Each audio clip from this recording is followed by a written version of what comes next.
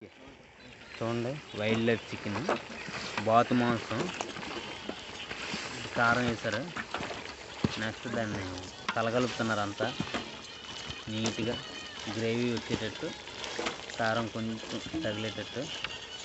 ఇది wild life chicken cooking master Rambabu గారు కారంకి మూత పెట్టాడు.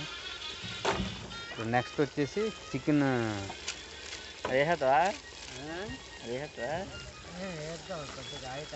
చికెన్ మసాలా ప్యాకెట్ అండి, రెడీమేడ్ దొరుకుతుంది.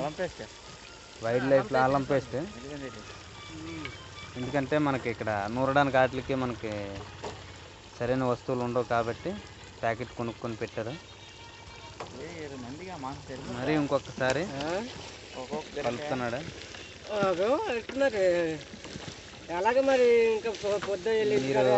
ఏ హోటల్లో కూడా ఇలాంటి చికెన్ అయితే మీకు దొరకదు, ఎందుకంటే ఇది వైల్డ్ లైఫ్లో కర్రల మీద ఉండింది.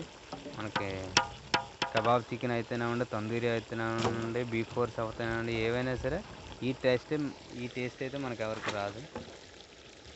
ఇది only for wild chicken. Next అది అయిపోయిన వెంటనే ఉల్లిపాయ, మిరపకాయలు, చింతపండు పులుపు కొద్దిగా, ఎందుకంటే రైస్లో కలుపుకుంటారు కాబట్టి. అందులోకి ఏ రేటే? సరే, అది వేరే రైట్. ఓకే.